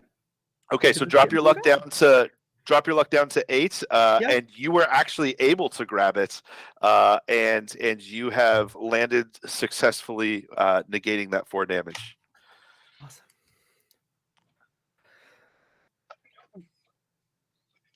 Awesome. Big guy, you stay on the other side. I think that mud is not going to be great for you. He wants to take a step, and he like catches his balance. He's like, "Okay, master." And there's very clearly now the corridor leading further down to the south. Hmm. Hmm. All right. Who has the torch? I do. Good thing I Yeah. didn't die. Yeah. All right. Oh God, yeah. Yeah. Let's after Benedict stops screaming, which they've been doing this entire time. They gather themselves and we continue forward, I guess, into the As you make your way down this corridor, it kind of narrows, and the light that the torch is giving off, it seems to, the torch itself doesn't flicker or lose its brightness, but the light that it's casting on the walls is getting dimmer and dimmer and dimmer as the corridor gets narrower and narrower and narrower, until then it dumps out into an open room. That sound almost seems to be swallowed, and it is dark. Your torch is not extinguished, but for whatever reason, there is no light being given off. It is just a faint, almost white, lightless glow, as you are now in a room that is permeated by this unnatural darkness.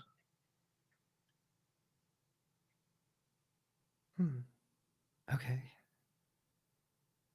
Hold my hand. I reach out to the people around me. I reach Buddies. out and hopefully grasp a hand. I assume Monty took the stone ring off, by the way. He's back at the Yeah, start. Of the Fairly corridor. very slowly making it. Yeah. That's awesome. Cold. And your hands. Great. So, because I'm assuming we can't really see each other, or is it just like a 5-foot darkness of each of us, or is it? No, it's complete darkness, palpable darkness. Well, horribly dangerous. And we can hear each other, correct? That is correct. Yeah. The sound, it feels like a vacuum, but you can hear in proximity. Yeah. Great. And does it sound like there's an echo at all, or is there no?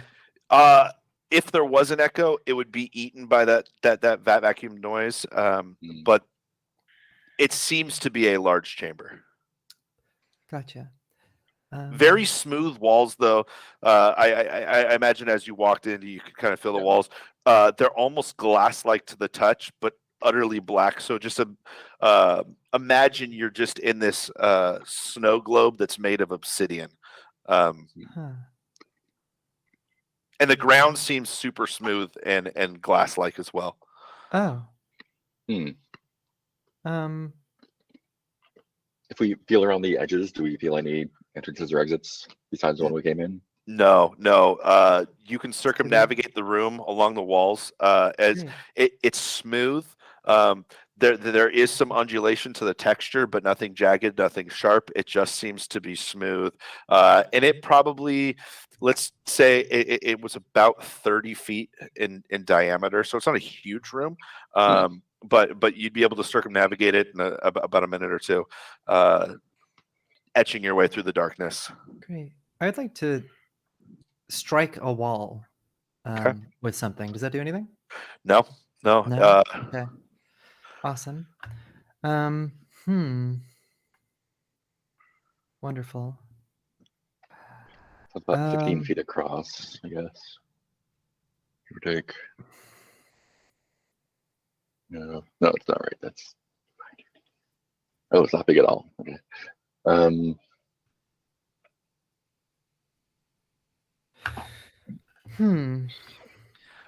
The darkness and the sound vacuuming becomes a little unsettling, as claustrophobia would very much be pressing in on you from all corners. I think can we oh, go ahead. You go. No, you first. Go for it. I just wanted to feel around on the ground and see if we can kind of make our way to see if there's anything in the center that we can So the Play with. ground, the ground, you would notice it is ever so slightly at a pitch, and from every corner things seem to be funneling towards the middle. The depth that it gets difference by the middle is maybe 6 inches, but it's enough that like it feels like the center there's something there. And as you make your way to the center, you would stumble as you hit the edge of something that appears to probably only come off the ground 24 inches, 2.5 feet. And it seems to be perfectly hewn and smooth.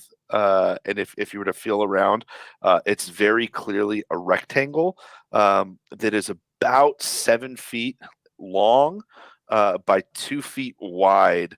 And it feels to be made out of this obsidian, and you can almost feel about 8 inches down from the top edge that there is a small lip that makes its way all the way around, as though it's 2 layers, one on top of the other.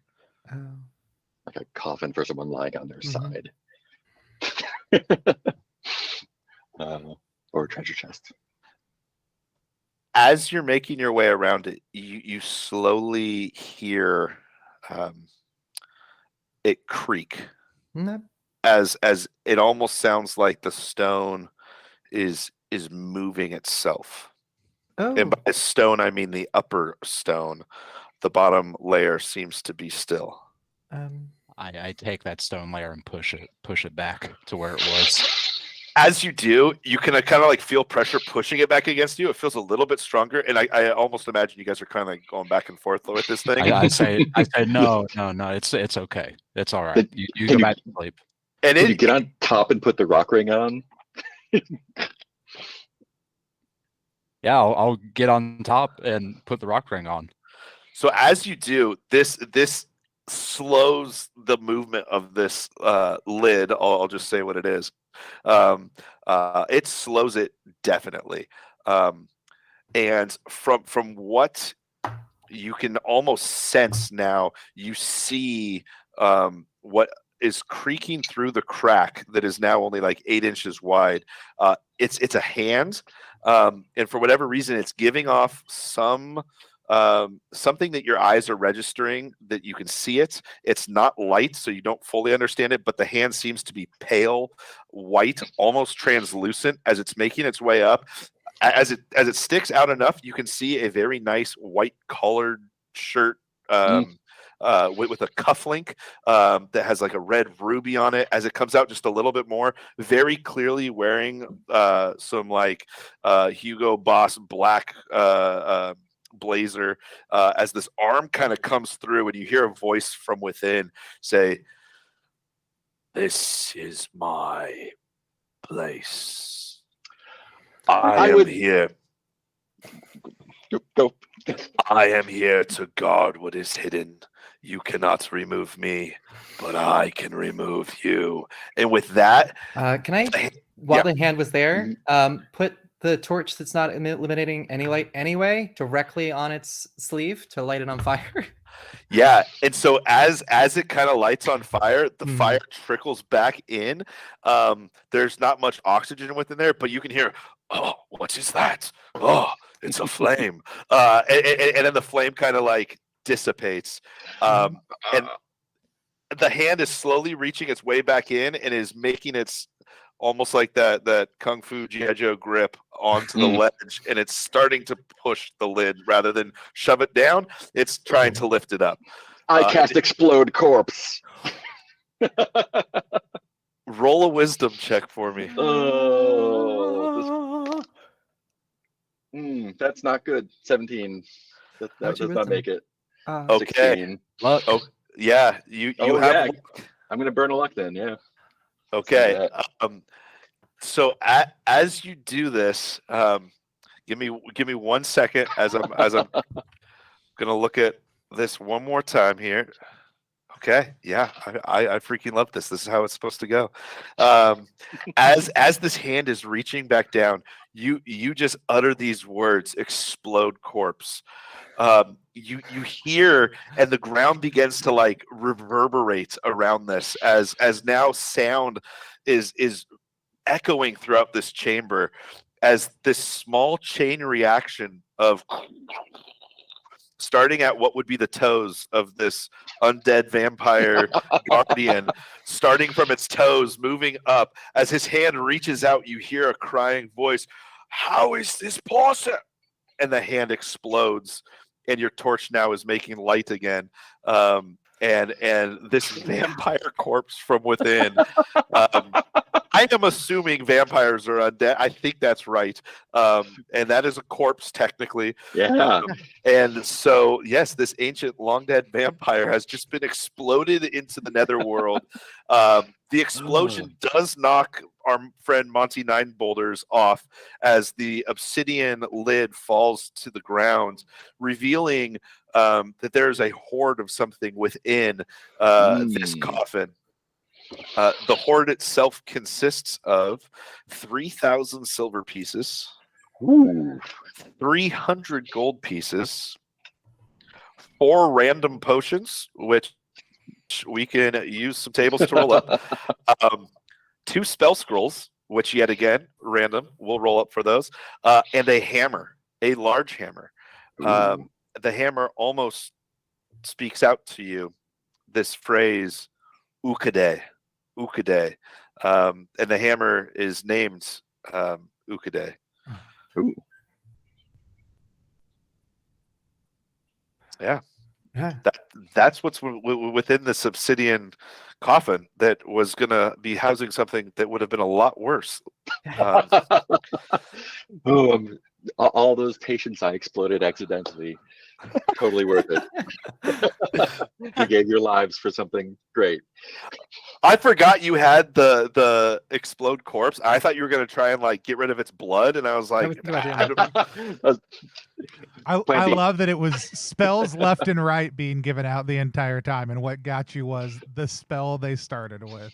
yeah. Yeah. I was thinking about integrate blood. If I could like just fill him so full of blood that he's so sated, he's like, I can't eat another drop. Just like, I think that would have worked. Yeah, that's awesome. Yeah, so there is definitely all this. I mean, this is enough coinage. It would definitely weigh you down. But you could try and do it. Do you want to know what spells exist within? yes, please. Yeah. Let's go 2d20 rolls from Benedict and 2 from Welton, and then John, if you want to roll up some potions, we can do that as well. Absolutely. I've What got you need from me? 19 of 4 over here. 19 and a 4. Conceal water. Okay. Very good. I got an 8 and a 19. 8 and a 19. Control forces. That's broad. Yeah. Control forces? Oh, Or that's a mage level free. Like, or like just make up release- your own. Unleash forces is the opposite of that or something like. Yeah. John, give me 4 d6 rolls. 4d6 rolls. We got a 3, a 4, a 1, and a 2. All right. You have a draught of mouse. If you drink it, you turn into a mouse. You've got rejuvenation, restores 2d6 HP. You've got rip. It's an upper. It flushes your skin with blood. In this world, in our world, they call it cocaine. And then you got black lotus, which is a hallucinogen. It does some other things, but you have to test it to find out. I also, that one vial that we found the last. Oh, yeah.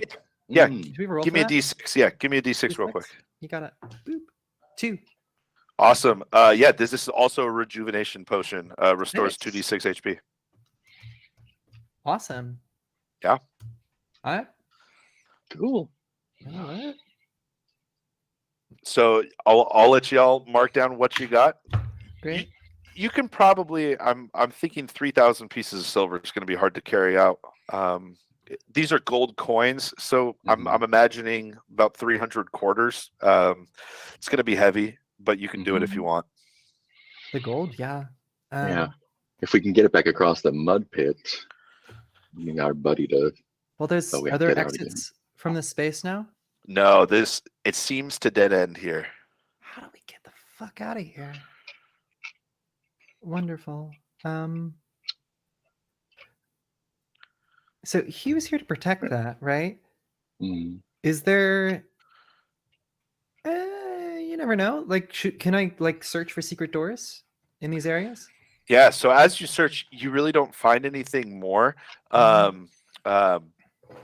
Behind the game master veil, I would let you know he had a monologue to tell you how he was cursed to stay here and to guard this, but he died before he could tell you that he had a eternal purpose.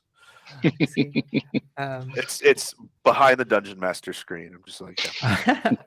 You find a note in the bottom. Should somebody explode my corpse before I go on monologue? Yeah, actually, I'd to like the inside of the obsidian lid was a sticky note that said, "You have to guard this."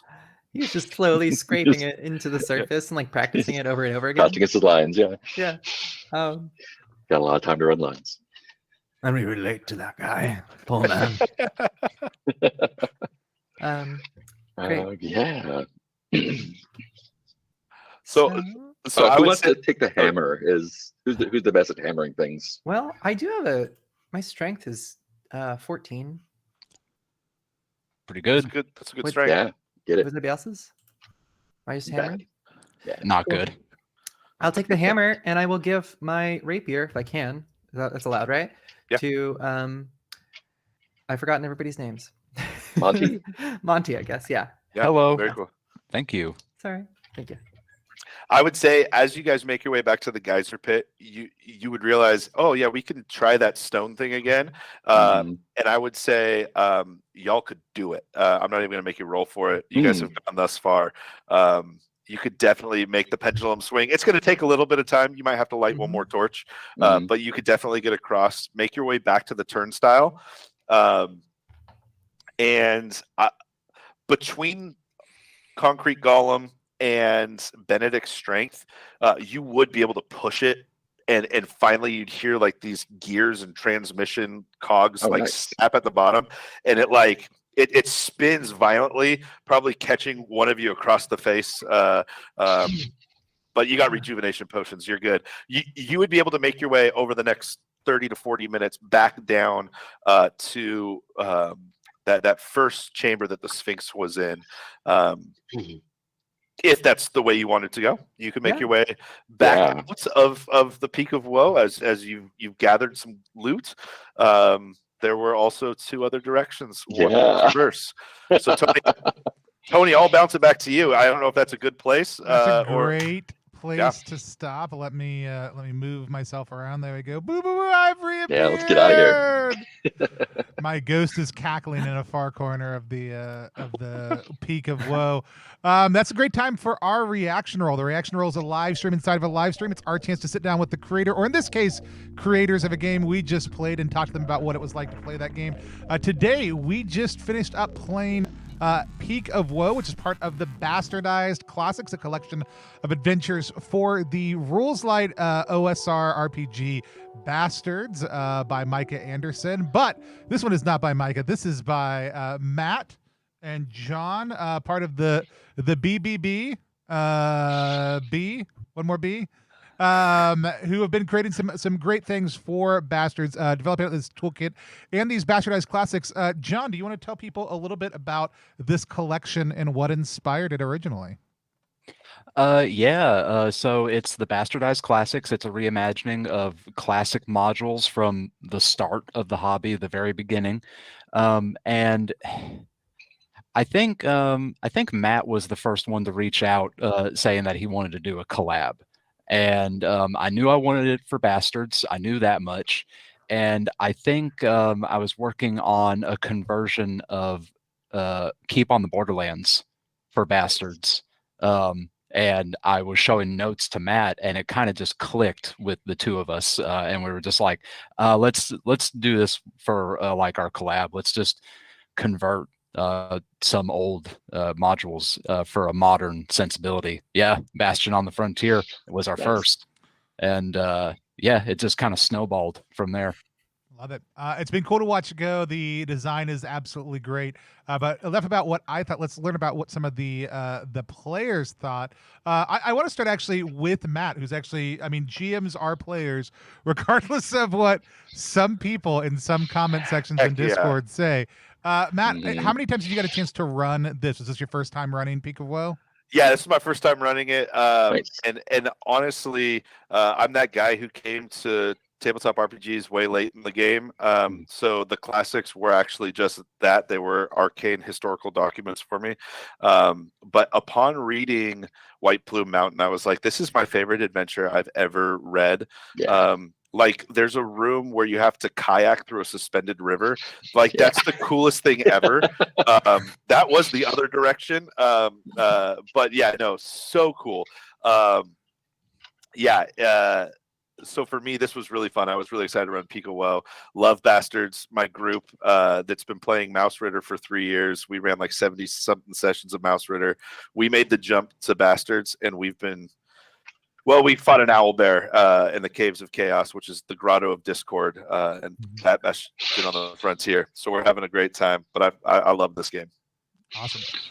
Love it. Glad to have you come on and play it with us. Let's kick up to our two players though. Mark, why don't you tell people who you are, what you do, and what it was like to explore the Peak of Woe? Yeah, I'm a longtime player and designer. The first game I designed was before I played anything else. A friend of mine's brother came back from a summer when I was like 13 in like 1983 and told us about Dungeons and Dragons. We're like, that's cool. We don't know where to get those books, so we're just gonna make it up ourselves. Let's go. I've been doing that ever since. I've got a bunch of stuff on my itch, some unpublished stuff kicking around from before times, and yeah, this is also one of my all-time favorite modules. I played it once, probably about 30 years ago, 25, 30 years ago. So I don't remember all the details. And it was really fun. This system is it's really solid in some ways and just like bonkers in other ways that fits so nicely together. I had a great time. And yeah, fantastic GM. Like the pacing is, I play OSR type games sometimes, and sometimes it can get kind of bogged down in the minutia. I love the pacing you did. Just like, cool, you're doing that, you're back here, great. Thank you.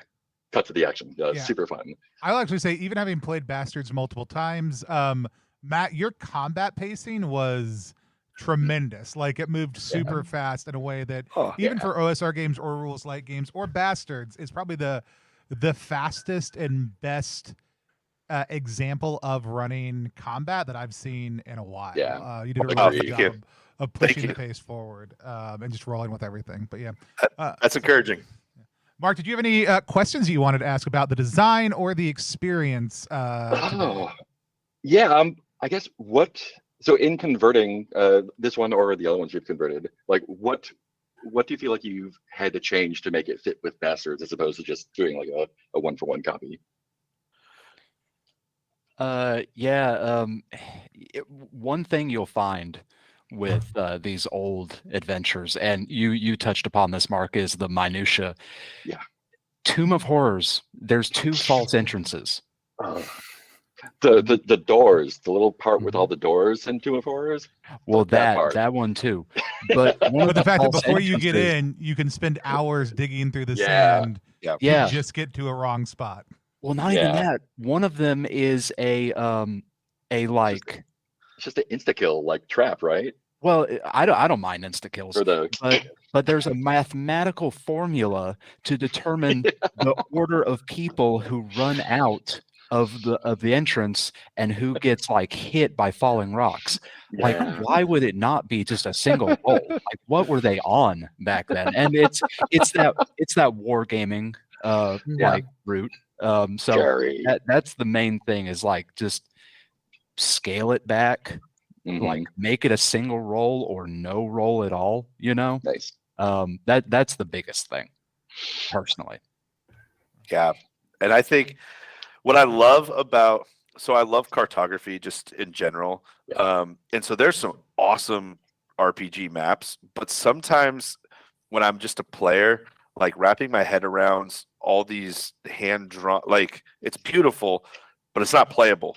And so like the maps, I don't know if it'll show up here. This is Tomb of Horrors. It's Vault of Doom. It's so easy to follow that I mean, I was just given cardinal directions, and I'm sure it was easy to map. I mean, and so that in converting, I recently converted B1.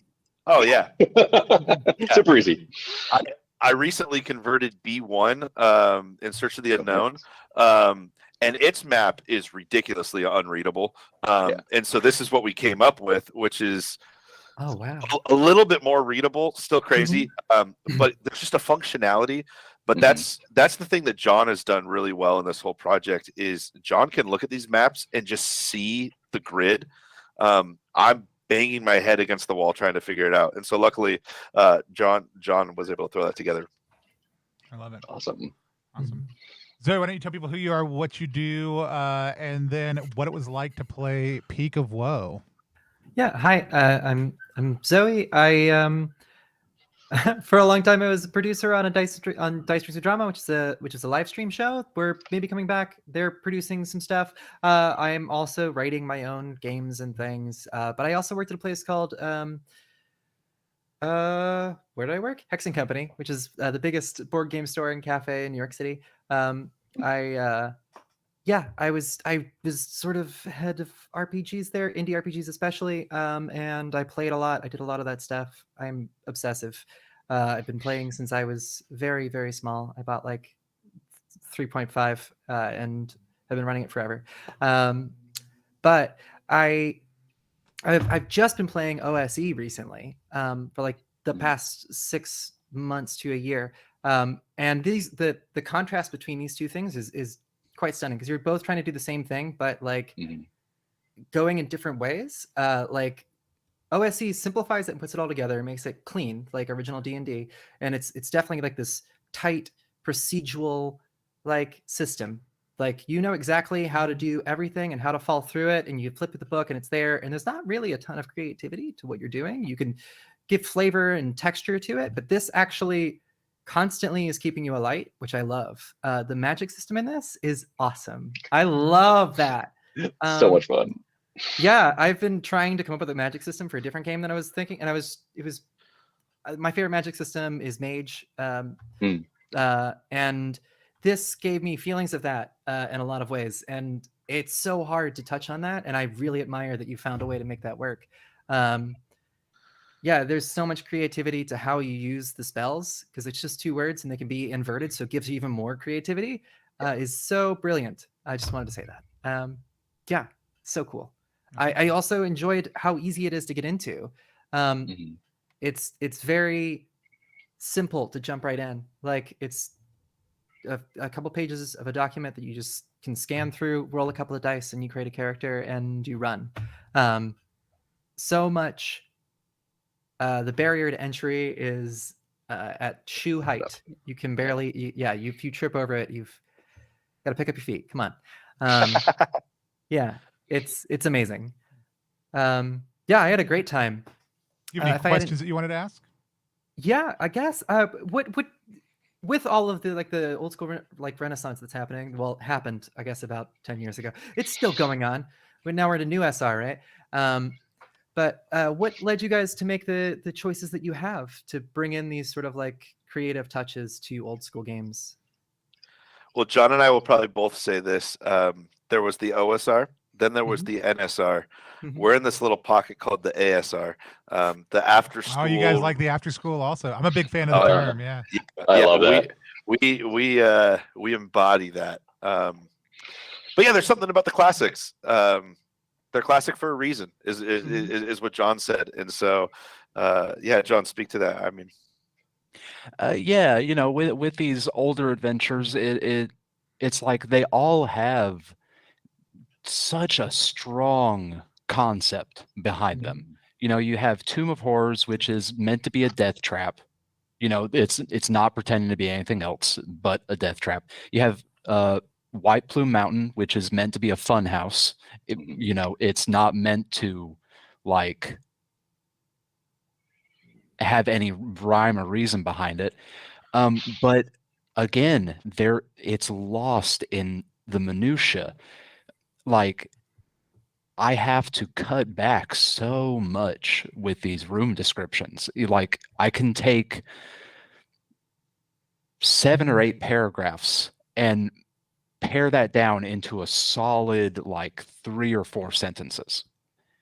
And like, I think that is what we're trying to get at, is trying to get the essence of these adventures. And that's what we're trying to bring forward into a modern setting, a modern sensibility. I wonder if, just a thought, that now that we're the digital age and we're selling things digitally, and our zines are a little bit more compact rather than being on a shelf, you order them. The reason why they're so long back then is to make a page count so that you buy a physical module. It's a fucking hefty thing that someone's like, oh, I spent $20 on that. That was back then, like a hefty amount of money for them. And now compared to, I don't know if that's interesting to me, that like, it's not just our modern sensibilities, but also just our page requirements. Yeah, they're not paying by the pound anymore. And that's the cool thing about Bastards, is it's all on like A6, these little pocket books. I mean, this is a stack, and this is like, I don't know, 12 adventures and the rules books and everything. You can fit a rubber band around it and then slap it. I mean, this is smaller than most wallets, and so, yeah, I think that sensibility is totally there. Cool. Awesome. It was fun to watch. I really enjoyed watching y'all get a chance to play through everything and have fun. And the chat also had a really good time too. So thanks everybody who was in chat. I did love Derek's comment very on. It's early on. It's like, it's really fun to get a sneak peek into a 30-year-old module. Was I think one of the best chat comments of the night for sure. But I'm really excited for this right now. Y'all are itch funding. So like Bastions on the Frontier came out. Y'all have finished a couple other pieces. Right now, Peak of Woe is one of the newest pieces that you're currently working towards funding. What are some of the other things in the series for people to look forward to? Oh, man.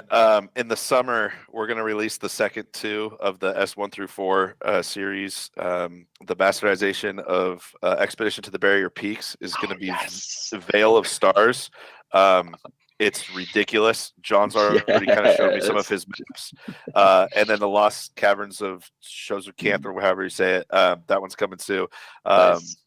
Yeah, and so there's lots of cool stuff out there. If you go to the Itch Fund, we've got a whole bunch of adventures that are in a bundle that you can snag, get them all for great prices. Spearwitch is selling a bunch of these things too in print, but yeah, I mean, digital age, we got it all here. So for $20 you get like, I don't know, 12, 13 supplements. Love it.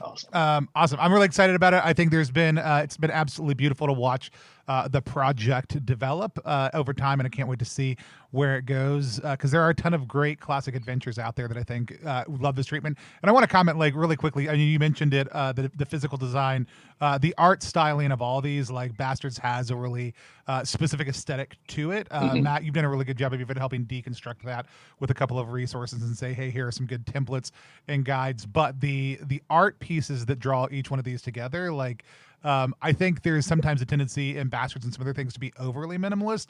I think the Bastardized collections especially hit this really kind of beautiful mean of like minimalist but highly functional with just the right amount of embellishment and specific art to draw you in a little deeper that some of the other Bastards supplements don't get at. So I just think y'all are doing a really phenomenal job pulling those two separate pieces together in a visual way, which I think is a huge part of the line itself, is the aesthetic, but also I think y'all are doing a lot with that aesthetic that's worth taking note of and helping make this line something that's especially like the Bastardized Classic collection, especially exciting for me to pick up and take a look at. So really excited to have y'all here, and thank y'all for coming on and playing. Hopefully next time we do it, there are funnels. Hopefully next time we do it, I'll get a chance to hop on with you guys and play it. Johnny apologizes for the little mix-up, and so do I, because I didn't check till right before we went live. But it was fun to be the disembodied voice on the stream. We do have some fun things coming up this week. Tomorrow, we've got character study with Aaron King. They're going to be sitting down and interviewing Aaron, who is one of my favorite designers, the creator of my favorite game of 2022, Patchwork World, and who just recently funded a collection with Max Lander, one of our other good friends on stream. So Aaron is one of my favorite designers, usually one of the first collaborators I reach out to on projects to do world building and help me get outside of my own head. So please tune in for that tomorrow. If you aren't familiar with Aaron's work, it's been absolutely influential in the design of the +1 line over time. Next week, we are going to be playing, which actually was supposed to be our sponsor tonight, but I totally spaced on the fact that they were our sponsor tonight. So we're gonna toss that on another stream. But we're gonna be playing Weird Dungeon. We will give them a shout out. If you like what we did tonight, come back next Friday night. We're gonna be playing Weird Dungeon, which is a random and procedurally generated mega dungeon that we're gonna be playing with Kirby Franklin, who created Guild and the Weird System, but Happy Jack Games, who we'll do another sponsorship for, but give a shout out now, is currently crowdfunding. You go to ttrpg.link/weirdgame to find out more about what they are up to with that, or tune in next Friday for the actual play. Then we've got Viva La Gay Bar next Saturday that we're playing, which is a For the Queen hack that's currently up for Zine Quest Zine Month-ish, and so come on back for that, and very excited to have the cult hosting all those. A lot of great things happening. If you want to support this project, go to ttrpg.link/bastardizedgame. We'll take you right there. If you want to support the channel itself, you can go to the Ko-fi link down below if you're watching over on YouTube, or look in the description. Or if you go to +1exp.com, you can pick up games like Down We Go. So if you like old school flavor and an after school mindset, go check out Down We Go. It's available for it's technically pre-order for like another week until books actually make it out to people who are backers, and then it'll ship out to everybody else. So if you go order it right now, you'll have it in your box before the end of next week. But we're super excited. Anything you can do to help support us or the indie designers that we create, it's what we exist for and what our hope is. So please, please, please go take a chance to do that if you can. But start with ttrpg.link/bastardizedgame. We've never figured out a good way to end these streams. At this point, we're not interested in trying. So until next time, we're all just going to wave at the screen until I take us offline. Bye, everybody. Thanks for playing.